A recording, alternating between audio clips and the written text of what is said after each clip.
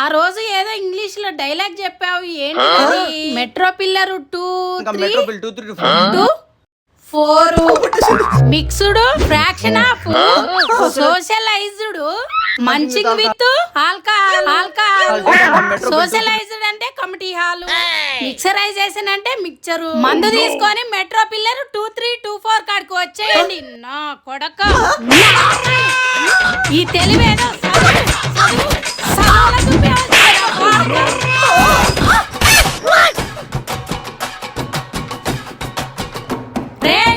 నాకు చదువు లేకపోయి ఉండొచ్చు కానీ జ్ఞాపక శక్తి అంతకు మించి ఒళ్ళు దగ్గర పెట్టుకొని నడుచుకో.